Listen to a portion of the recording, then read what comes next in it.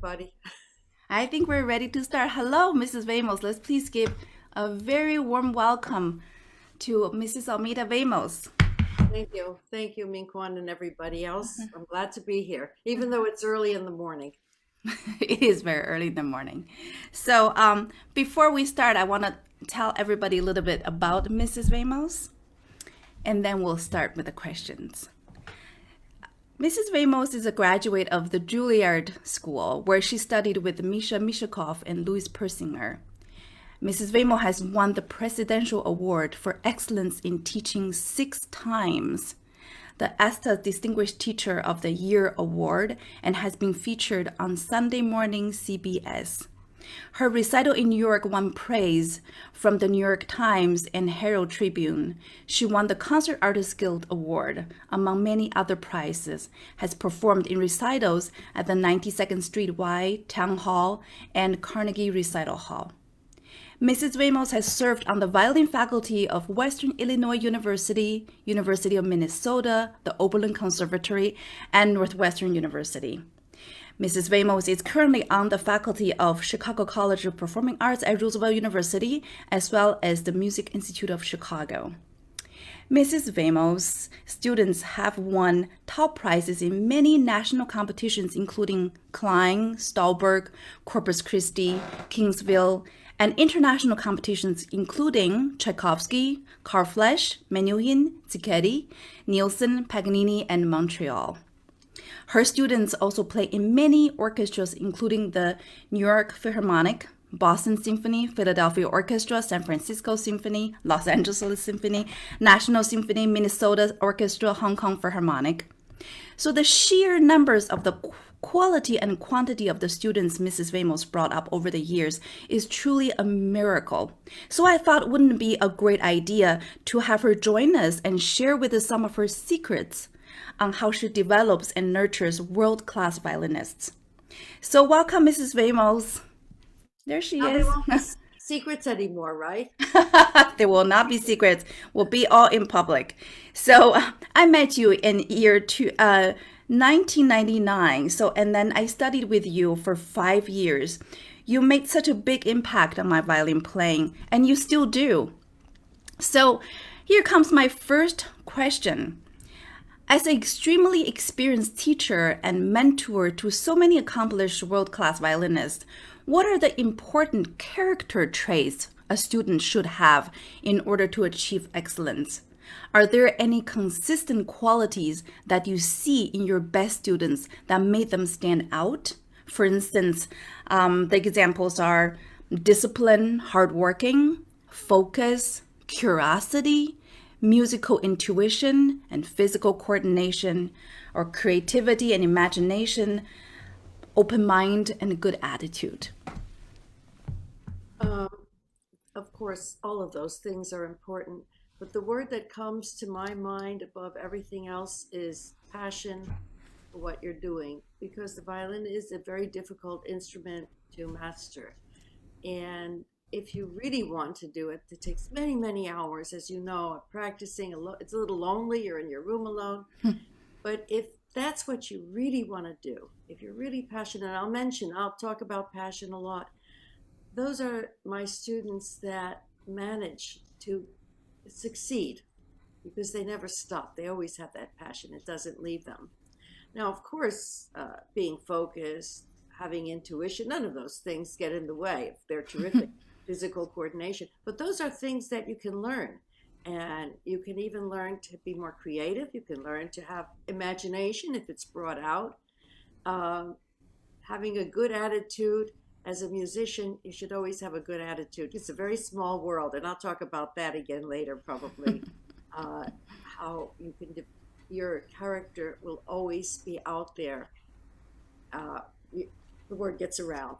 So, um, with that in mind, I would say that my first thing is having a passion for what you're doing. Absolutely, I totally agree with you saying about the passion, and you're saying and then with passion it comes the ability of learning. And speaking of that, so what do you value more in a student's talent or discipline, or you think both are equally important? I would go for discipline.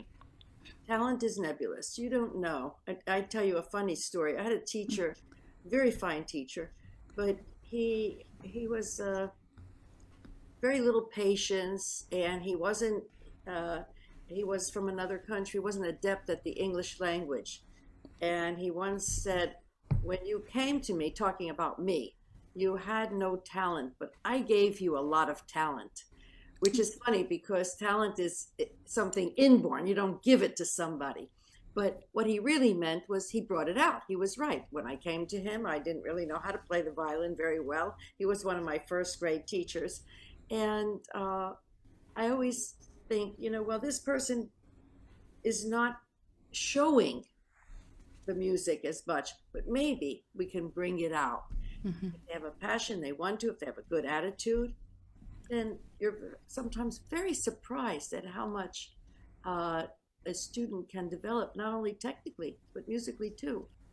So I don't make that judgment early at all. Mm-hmm. Yes. So so if you're saying that discipline is very important, sometimes it's even more important than having that, what we call a talent. So how many hours do you think a young violinist should be practicing every day? Well, that depends. Mm-hmm. For some people, 6 to 8 hours is probably not enough at the moment. And for some, it would kill them if you told them they had to practice 8 hours a day because they're little and they can't. Mm-hmm. Why? Some people can accomplish a great deal in 1 hour. It can take 15, 20 minutes on technique, and then they look at if they have one piece, and if they concentrate, and they can have, at the end of the week, a pretty good lesson. Mm-hmm. However, if you're preparing a concert or you're preparing for an audition, you might be asked to not only prepare one concerto, but 2 concertos. Plus, you might want to do some warm-up, some scales in the morning before you even start. You may have to do a caprice. You may have to do a sonata with piano. You might have to do a showpiece. You might have to do a contemporary piece. Well, I've named about 7 things that need a lot of work. So then how you manage your practice is very important. And I wouldn't say some people do an awful lot in 4 hours. Let's say they're very, very stretchy hand, their hand's very good, and they have terrific memory. They play a piece twice, like Chrysler. He didn't even have to play it. He looked at the music and he had it memorized. So for those, 4 hours could be sufficient. 3 hours could be sufficient. And for others, you might have to say, well, I cannot do all of this in one day. So usually what I do is I'll circle passages, or I'll put an X. This passage you better do every day. You're not very good here. Or this is not very good. And when it gets better, then I, maybe change my X's and I put them someplace else. Or you might say, since I don't have to memorize the sonata and I have to rehearse that with piano, I'll do a little less time there. And so many times people ask, how do I manage my practicing? I think it's a good idea to write down what you have to do. And I love this idea because you never really know if you accomplish something. You play it 20 times and the next day you come back and it's like, I never looked, I can't play it. And the third day I can't play it. So you don't get the satisfaction of, I like to clean the kitchen because I wash the dishes, it's done. I practice, it's not done. But I like the art of just saying, I did my Paganini, or I did my scales, I did it, I cross it out, I did my best. This is the best I can do, I did it. So it's nice to keep a chart and know that you accomplished something. You went through, and it may be that you'll learn something very quickly, and something else it might take a month, or you may have to come back to it and learn it again. Mm-hmm. I know that there's another question, and I'll come back. Yes. So I really like what you said about journaling, basically writing the list down and cross it. I remember when I studied with you, in Oberlin, I had a little notebook in my violin case. Of course, back then we didn't have any smartphone yet.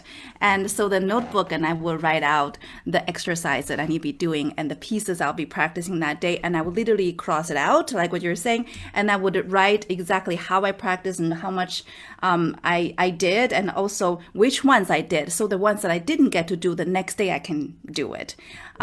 Yes, I also remember you were saying about competitions. For instance, if you are preparing for an international competition, then I remember you're telling us that you have to practice more, obviously, during that time. Like what you're saying, that just because sheer number of the pieces you have to have in your hand. If you have two concertos and caprices and sonatas and showpieces, you just have to play more during that time. Absolutely. Yeah. So speaking of exercises, do you encourage students to practice technique every day? For instance, scales, charadic, exercise like charadic, Shevchik. And recently I have been going through a lot of Vamos scales and double stops from Mr. Vamos's book with my students. So do you think it's important to do that every day a little bit? I think when you're first growing up, the first maybe 8 years of study, it's very important. All through musical history, people practice scales, and it's worked. So if it worked, don't throw it out. They practice the old, tried and true Kreutzer. I give it. Why take a chance and not give it? And someday you'll be teaching. I remember when Rachel Barton, who's very well known, she came to study with us, my husband and my husband gave her Wolfhart, and everybody couldn't understand. She already was playing Bruch Concerto. She was way beyond Wolfhart. And my husband said, I can give her 10. Maybe there's something in the Wolfhart she never had before. Maybe don't skip it. And she would enjoy doing it because she could do it well without much effort, and she would go through 10. And now she was asked to record the Wolfhart etudes. So she's not sad that she learned them. I would hate to be a teacher and not know about all these studies. Scales are very important, especially at the beginning. Now, later on, when you have a lot of repertoire and your technique is pretty solid, I would say you could go a little easier. You don't have to practice scales for 2 hours a day. Here's another example. Heifetz did an hour of scales, they said, every single day. He started with scales, and that's what he did. Oistrakh said, I don't have time. I have scales in my pieces. I just do it At a certain stage, you know what you have to do. You can sense it. If you feel that the scales warm you up. I'm not a big etude practicer, but my husband always starts with basic exercises and scales and daily dozen. He goes through all of this. Sometimes we even make fun of him because we wake up and we hear da da da da da da over and over again. But he likes to do it, and it feels good for him. He feels like his hand is feeling much better. Yes, and I remember Mr. Vamos actually gave me this fourth finger exercises. You probably seen it before, right, Mrs. Vamos, that you guys go through it with students. And because I need to. The fourth finger's getting very lazy. I'll remember. I'll put it in my journal. I tape those exercises in the back of my charadic book, so I always flip there and I would go through it. It's magic because after that, my fourth finger gets a little stronger every day. So I'll tell you a story about the charadic. We were at an airport at Southwest, and we saw a man with a viola case, and we were so tired. We had been teaching, going back to Oberlin.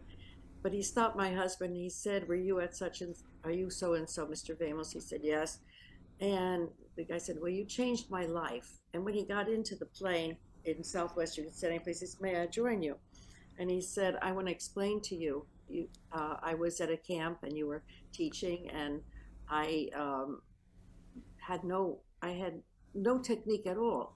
And after I studied with you, I realized I need another teacher. I need a teacher who will set me up and teach me the right way. And he went to his viola case and he took out the charadic book that my husband gave him with all my husband's marks.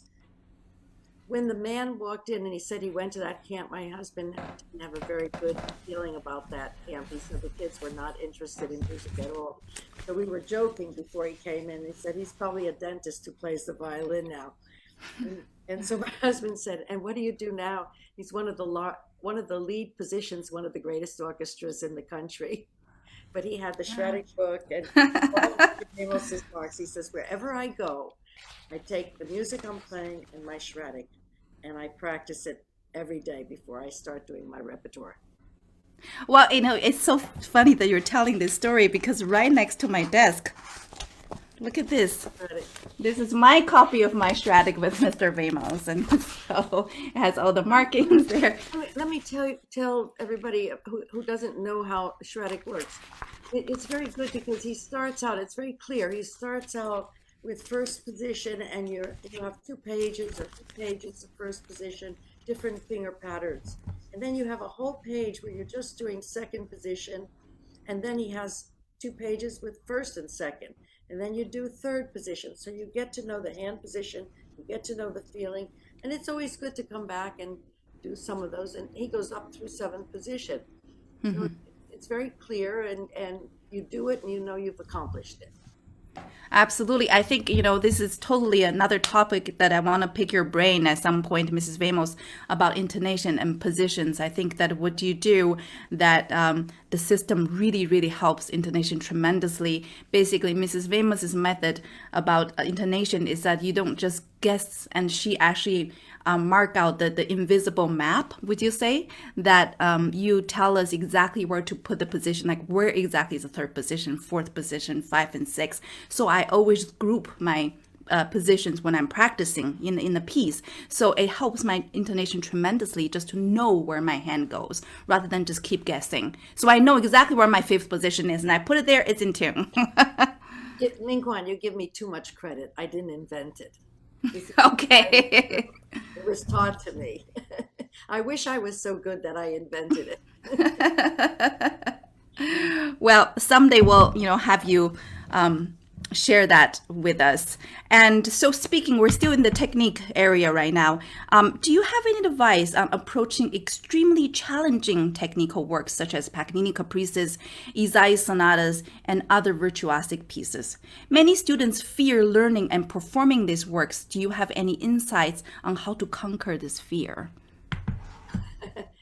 I'm scared myself. How could I get I think one of the most important things is that you don't give a student music that is beyond their abilities, that they haven't prepared for. The worst thing, and I see this happen occasionally when I'm on sitting and listening to auditions, and somebody comes in with their repertoire list, and it says Vivaldi Concerto, first movement of Bruch, last movement of Mendelssohn, and Tchaikovsky Concerto. That is very bad for the student because you have to grow gradually. You don't go into Tchaikovsky.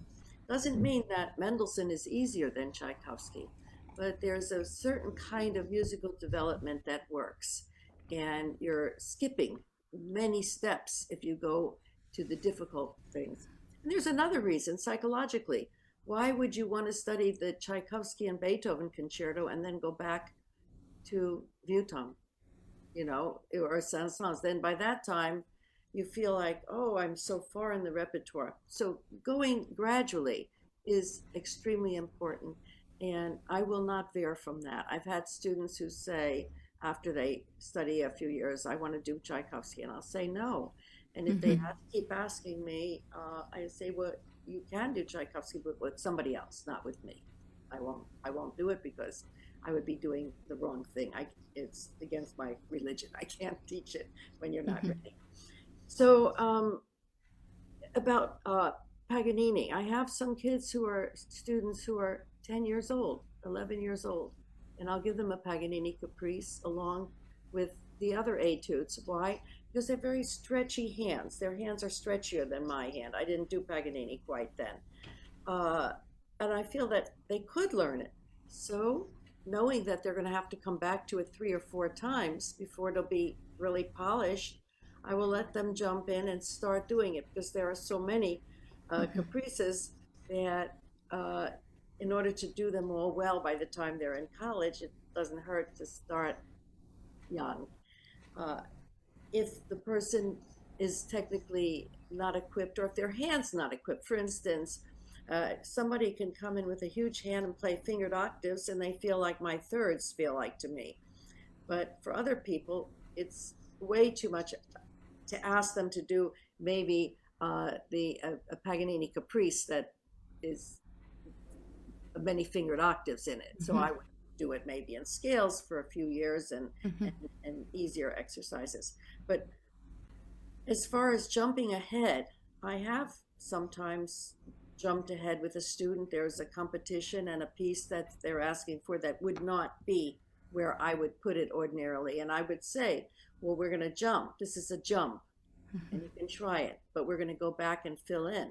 We're not going to just do hard things. If a student doesn't feel ready to perform Paganini in public, they shouldn't perform it in public until it really feels comfortable. But stretching your limitations is okay. I'd rather stretch it in Paganini Caprice than stretch it in Tchaikovsky Concerto, because that's musical and technical. Absolutely. That totally makes sense to me, because it's finding what you're saying, to finding a piece that is challenging, and yet not to try the best, not to skip the sequence that, so it takes a very intuitive teacher to know when to stretch a student and when to make the student more comfortable. But I personally find what helps me when I studied with you is that the weekly performance class or weekly studio class, that no matter how fearful the piece seemed to be at the beginning, but after performing in your class 3-4 times, it just gets so much easier, and just not as fearful. And also just the comfort of getting up and performing in front of people. It's just such a great opportunity to do that on a weekly basis. And that's for everybody. I remember Horowitz saying that before he plays his concert in Carnegie Hall, he invites friends to the house and he tries it out. And this was something I didn't have when I was younger. We didn't have performance class at all. And I think it would have been so helpful to me not to play for the first time. We did have a few. My parents would help me by having a few house concerts to try something out. But most of the time, I would go in and play the concert without ever having performed it in front of people before. And what you might notice is that sometimes you play and it's so fantastic and you're ready, and then you get up in front of people and you feel like, I don't even know how you feel Right. So Right. then I have students who say I'm very nervous, and I say, well, just play it in class and play it again in class, repeat it. I don't care if your colleagues don't like it, too bad. They have to hear it until you feel comfortable. And it's a wonderful feeling to play it and say, wow, I wasn't nervous at all. Right. Absolutely. And I think just creating that environment where pieces can be performed when they're not ready yet, it gives other students that comfort to get up and play, and knowing that it's okay, and to see your friends and colleagues get better every day. So now, what are some of the things that you teach and give to your students that make you such a successful teacher? I know we've been covering different areas. So are there any few key things that you do, Mrs. Vamos, that differ from other teachers and makes you so successful? Well, successful, it's a two-way situation. If I don't have a student who has the desire, who wants to play and wants to learn, then I am useless. Nothing I can do. What is it? Chrysler said something. He said, you can't pay for teaching is priceless. You can't pay for it. The student isn't good and I'm good, it doesn't mean anything. Nothing's accomplished. If the student is good and I'm not in a good position that day, you can't pay for it. There's nothing to pay for. If we're both fantastic, then it's priceless, So it's not me alone, it's the student who is taking. Why am I so successful? I would say I'll blame it on my teachers. I had phenomenal teachers. They were the greatest in the world. I would say Mishakov maybe did not have a great personality for teaching, and he could be very discouraging, but I learned so much from him. And I always felt that underneath his intensity, and he maybe called me stupid too many times, but underneath I felt that he was interested in me. And that's more important than compliments. You don't have to give compliments. If the teacher's working, that should be enough. Then you say the teacher's interested.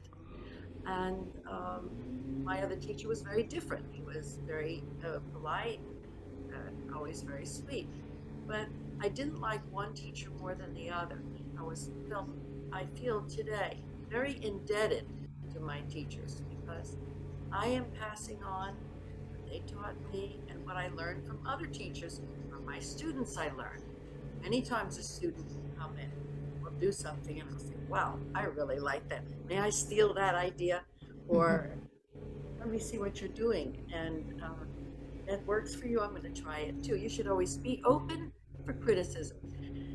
I had a student, an older man, who told me he studied with a very famous violinist. And there was a young girl who said to the teacher, "You never give me a compliment." And he said to her, "That's not my job." Well, I think it's important. I think at some point you have to let the student know, yes, that's good. And I must say, Vishikov he would dance if I was playing well. He would dance around the room. It was so, and then I would remember that. I said, well, I didn't please him today, but he's interested. He likes me. I know he likes me underneath it. And that's why he's so patient with me. Absolutely. So your question, I don't remember what the question was. no, your answer to the question. The question was basically, what do you do so successful being a teacher? And I totally agree. It comes from your teachers. So I personally feel that, I'm very often, because you and I were so close, I often call you and these days, and you tell me, oh, I've been practicing, I've been teaching. It really inspires me because, I feel that your intensity, your passion for music and for teaching. So my question is, where do you, obviously now you sort of already answered my next question, but I'm still going to ask again, where do you get your daily inspiration, motivation to keep teaching and keep pushing yourself? Because when you teach, I often still hear you saying, you know what, I discovered this way to play, that I like it better than the way I did before. So it's never an end point to you. You're still learning. You're still telling me, oh, this YouTube recording I discovered today, I like that very much, and I prefer this recording over that recording. You're still so much in the game, Mrs. Ramos. Every day you have this passion and drive. How do you do it? What do you do? Well, you want to know where the drive comes from. Right, I do. A comedian, the name, he did the 2,000-year-old man. They used to tell jokes, and they asked him, in your day, 2,000 years ago, what was the form of transportation? And he said, fear.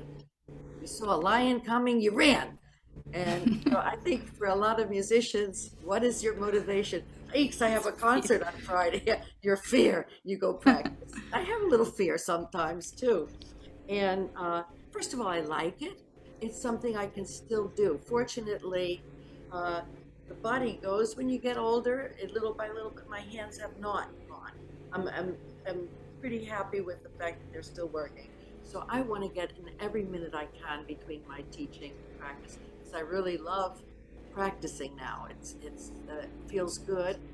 And when I get tired, my hand gets tired, or I feel like I have to stop, I tell the students, take lots of rests. If I say practice this for an hour, that means 45 minutes. The other 15 minutes you could listen to tape yourself, listen back to your tape, listen to other people playing the same thing, so you can learn from the great artists who have already performed it. It might be a better way.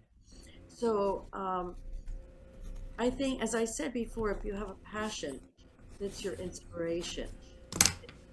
Many times I'll go to practice because I know I have to teach a piece. In fact, I have on my stand right now the Korngold Concerto, which I never played, but I'm teaching it. I can certainly teach it better if I know it.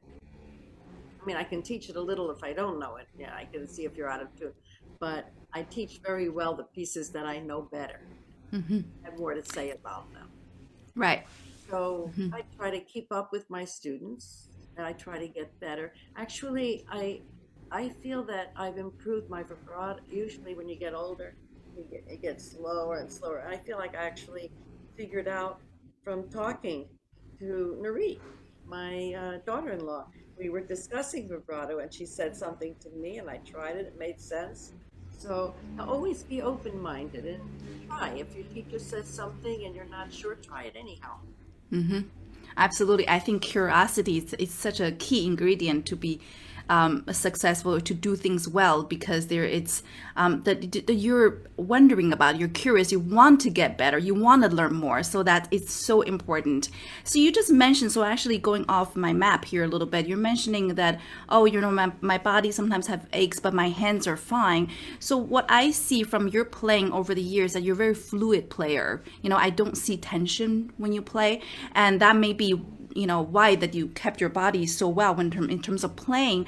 Do you have any advice to the students on how to get rid of tension when they play? Oh, there are many teachers who are good at that. I think I forget to tell the students to breathe because I assume they're breathing. I'm always breathing. That's why I'm here. I'm so old because I keep breathing. But I think feeling light, not pressing all the time. I remember watching Ruggiero Ricci from close up. He came and did a master class for me. And I looked at his hand and I said, he looks like a baby when he plays. There's no tension. It's just the hand is so soft. So that's very important. Finding the whatever you need to make yourself more comfortable, not to feel tight here. Some people feel that you do better if you don't have anything here to support, and they have different way of holding the instrument so that perhaps you don't need. And for some people, they find having a support here helps them so that you're not tight, you're not clenching. That's more important than whether you use a shoulder rest or you don't use a shoulder rest, that you feel relaxed. And of course, I think the fluidity, if you're grabbing, if your thumb is tight. Mishikov used to say when my thumb would clutch, he would say, your thumb, it'd be better if we cut it off because you don't really need it so much. It's good. You probably think he was a terrible person. He was marvelous. All I I had to know. do when he didn't know how to explain something to me, actually, okay, can I go out? I'll tell a little story. He did call me all these, like, he didn't say stupid, he said stupid with his Russian accent. And so my mother suggested to him, she was very smart. She didn't say, don't call my daughter stupid. She said, don't aggravate yourself. Don't feel so aggravated. She's like a monkey. I was little, and she'll copy you. Just show her. And for a little child, sometimes showing is a good way of teaching where they wouldn't even listen to your words. And he was such a great violinist. And his hand, I would look at his vibrato. Now, students need to be told everything, how to put the finger down, how to pull it back, how to go forward. The way he taught me vibrato was like this. Imagine, you would say, well, that's a terrible teacher. He said, Mita, it's time for you to vibrate. Do something. Do something. Do something, right? And like this. And he laughed. And that was the end. That's all I ever learned from him about vibrato. But then I watched him and I looked at his hand, and it was so beautiful. The sound was so gorgeous that I tried to imitate the sound. Help the teacher. This is where I'm getting at. Teach yourself a little bit. Listen to what the teacher says. Try it. If it doesn't work as well, try a little something else. And then come back and say, this doesn't feel comfortable. What about this? How does this sound? Don't be afraid to experiment. Learn. You're the best teacher of yourself. Beyond me. That's why I say if the student's not there, if they're not participating, I can't teach. They used to say Galamian can teach a tree. Of course he couldn't teach a tree. I have never heard a tree play the violin. Not possible. So I think, in fact, it gives the wrong impression that the teacher can teach you everything. No, you're also teaching yourself all the time. I am teaching myself when I play, and I have all my students come back every Monday. We have performance class. And by the way, we should, now that we're all, and Lillian, now that we're all on Zoom, you're going to be called too. And I have them do a master class every Monday. I have a different student, and I don't think I'm going to run out of students this year. And they're all eager to do it. They all want to do it, and they some of them have never done a master class before, and some have, and they're very experienced. But they are teachers. You're a teacher. You are all teachers. Absolutely. So we're talking about the relationship between students and teacher, and very often we have a third party is the parents. For some of the students, they're in college, they no longer have their parents next, but we also have a group of students who are still before their college years, so they have a team of parents there to help them out. So my next question is, over the years, you've teamed up with parents to bring up such a great, excellent young violinist.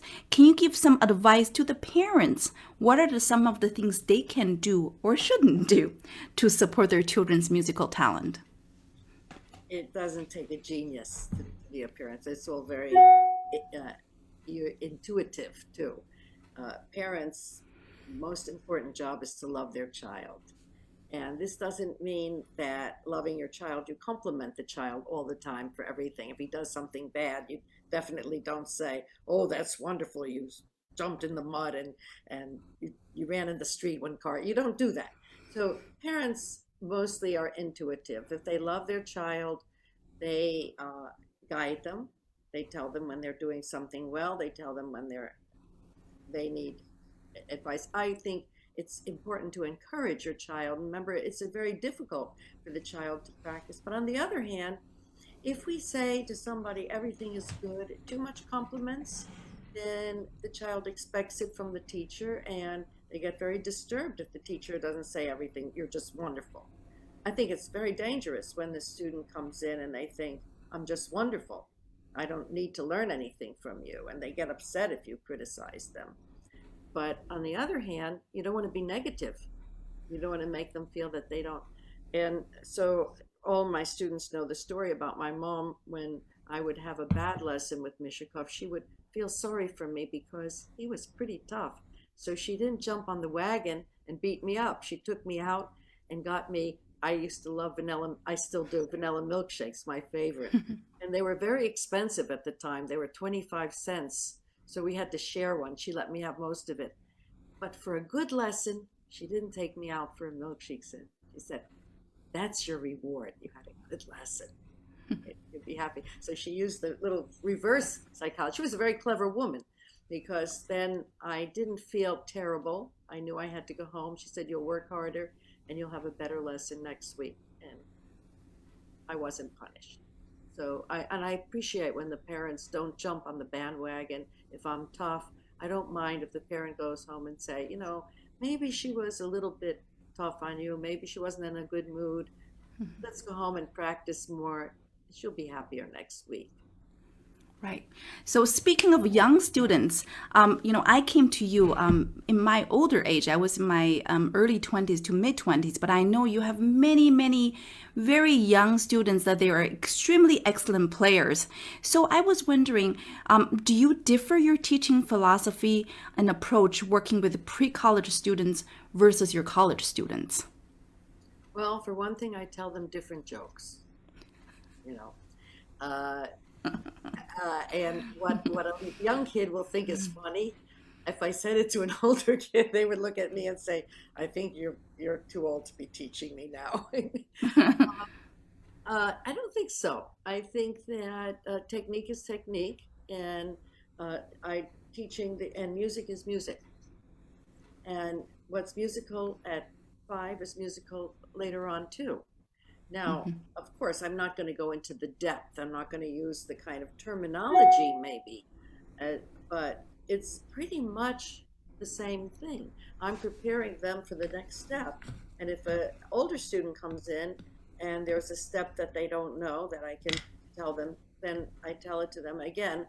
It may be like I talk to an adult differently than I talk to a child. But I would say there is no real difference.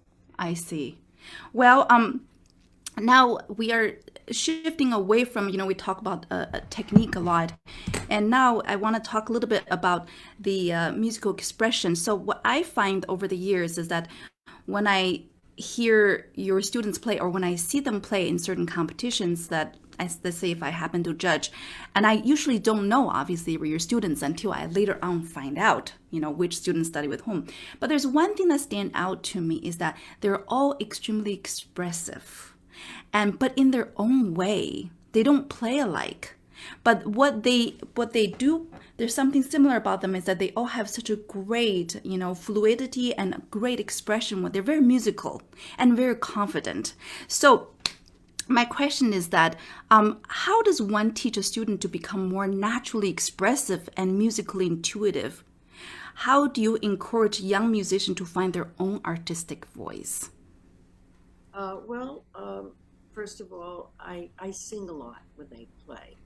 So everything it's shaped because I'm singing. And sometimes I'm annoying because I don't have a very good voice and I don't try to sing in tune because I have a range of like a half a step. So sometimes when it's, but I'm singing when I play. When I play something and I don't know it, I sing while I play because I want to know how to do it. But musicality, sometimes I'll have a student that doesn't sound musical and I'll look and I'll think it's a technical thing. In fact, yesterday I was working with a student from this festival, and the motion that she was making, I call it very young motion where you're swaying. And I realized after a while, it came to me, I was looking at her, that she wasn't swaying for musical reason, although she kept doing this and she felt freer. She was swaying because her arm was a little low and she was moving her bow to get it over this way, whereas when she was like this, she didn't have to sway so much. So many times you can bring out musicality if you know how to make it. Many students say, I feel it, but I don't know how to do it. And it's just, how do you make that crescendo? Well, if you don't save your bow and you try to put everything at the tip, you're not going to make a crescendo. It's going to diminuendo no matter how hard you try. So technically, if you, maybe for these 3 notes, you use this much bow, and then for 10 notes, or 2, I'm sorry, the opposite, 10 notes, you use this much bow, and then for 2 notes, you use this much bow. So sometimes it's just a technical advice that will bring out the music. I believe music and technique are one thing. Yes, it's true. Schradik is not, I don't try to make them musical when they play Schradik. There are some exercises that you use, but scales, you want to learn how to make a nice legato. You want to know how to make a nice string crossing. You want to hold your fingers down. You want to make the bow go straight. So there's a cute story. I don't know if it's really true, but it's a known story about a girl who went to Cleveland, CIM, and she got up and they said, play a scale. Usually they don't ask you for scales, but this was many years ago. And she went up and Bill Krusel said, that's enough. You don't need to hear anymore. It feels so beautifully. It was so perfect. It was so musical. Of course, he was joking and they heard her play her concerto and everything, but so impressed. If you can play your scale like that, you're going to play your piece musically because you feel it, you hear it, your bow is doing the right thing. So before I worry about the music, I worry about what are they doing that is not bringing out the music? How can I explain it to them? Where is the line going? And then we discuss, the line goes here. Well, if you do this with your bow, it's going to go too soon. So I try to explain it so that it's not only the musicality or the harmonies or anything, but how do you do it to make it Absolutely. musical? And I encourage the kids to sing. I know Perlman at his camp, he has the kids singing a lot. I think the problem is with singing, you have to sing nicely. So I always tell the students, sing with your hands and conduct. Because if you sing like this, da da da da da da da da da da da dee da da dee da da dee da dee. No, no, no, no, no. Don't sing like that. And I never make the students sing at the lesson. I always say, go home, unless they want to. I say, go home. You're embarrassed. You don't want to sing. Go in the closet, close the door, and sing. So nobody hears you. But try to sing the music first. I will not embarrass a student because then if they're not used to singing, they will just feel bad and I don't see any sense in that. Yeah, I remember in the lessons that you were singing in my lessons always loosened me up so much. It's almost like a voice of comfort, you know, and that when you're singing, that energy kind of pass over. So sometimes when I perform on stage, when I get nervous, I would try to imagine you singing next to me. That My relaxes me, actually. kids will say to me, "Could you come and sit in the first row, sing while I'm playing?" And same for But on the us. other hand, I had a student who once stopped playing and she said, "Mrs. Vamos, can you hear me when you're singing?" And I said, "No, I can't, but when you play it right, I'll stop singing." That's a good one. Oh my gosh. So this brings me to the last question. And then you guys have any questions, you can type into the chat box and I can share with Mrs. Vamos after my last question. So being a professional musician is difficult. Over the years, the music profession is only getting more competitive and challenging. Do you have any advice on how to survive or even thrive in our field? Number one, I talk about character, and I want to say this over again. You'll go to a conservatory, and there'll be some people who are constantly negating somebody else. Character is very important in the music world. Think what you want to think, tell your brother or your sister what you want. Don't say anything out loud about anybody. As my husband says, you may be sitting with them in an orchestra next to them for the next 40 years. So, how you behave is really important. That's only one part of it, though. We were talking at the very beginning, we'll come back to it like a recap. Passion. I had a student who was very good. And I said, "What do you want to do when you're old?" She said, "If I can't be a soloist, I don't want to play the violin." She was very smart. And she ended up, well, it's an interesting story. She ended up going to Harvard. Then I had another student whose name you all probably know, Rachel Barton. And her mom used to pick us up in the car. And I said, "Rachel, what do you want to do when you get older?" She said, "Well, I want to be a soloist. I want to play in an orchestra. I want to be a teacher just like you. I want to play in a quartet. I want to compose. I want to." And I said, "There's no problem here. I mean, with all those choices she has, she's going to do something." She does all of those things now. The other girl did end up going to, being a soloist is not something that you get because you're good. It's a lot of it is luck.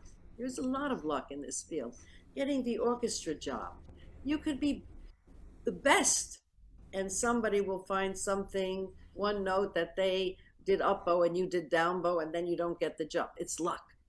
It's all, once you're good enough, the rest of it is luck. So you have to be open. You love the violin, you're going to play no matter what. You're going to find something to do with music.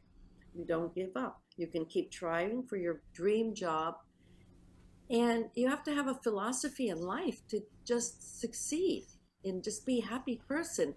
And that philosophy is you do your best and you accept what happens. If you don't become a soloist, I'm not a soloist. When I was 5, I was going to try to be better than Heifetz. I'm still trying. And that's the idea. I'm happy because I'm trying to be at least maybe almost halfway there. I have to live a long time if I want to be as good as Heifetz. So I think those are the two most important things. Be open to anything. If you're a teacher, you're a soloist because you can play as many concerts as you want in the school where you teach for people. If you're a teacher, you can be a chamber musician. How many times, Minquan, do we have chamber concerts at school? Absolutely, It's a yes. wonderful field, and many great soloists want to teach, and they're trying to teach now because there's something really satisfying about passing on, uh, playing chamber music. Well, having a quartet, it's great. It's maybe the most fun thing you'll ever do. But having it as a career, I know for my son, there are some pitfalls to it. There's a lot of traveling. You don't always have as much time for your children. It's a lot of pressure. Being a soloist, again, it's wonderful when you're young. I call it a young career. And then you have to be open that you might make it big, but how many people make it really big and earn a living as a soloist? So it's like acting. When you go into acting, you don't do it because you think you're going to be a star in the movies. You do it because you love acting. I know, because I have actors in my family, and they ended up really teaching and loving teaching acting. Wow, this is wonderful, Mrs. Vamos. Anybody who has any questions? Well, I want to thank you for all getting up early and listening, and it was fun to talk to you and share these ideas. Well, it's an honor for us to have you, Mrs. Vamos, and thank you so much for sharing with us your experience and insights. And this is just an incredible session.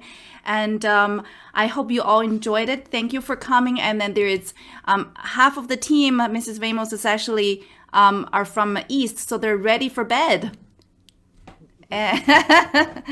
So we That's have why I a have to teach late at night, because you know, that's when they're up and early, and I'm ready to go. So last night I taught at 9 o'clock, but I felt oh my goodness. it was good. Oh yes, we had a last late night too teaching.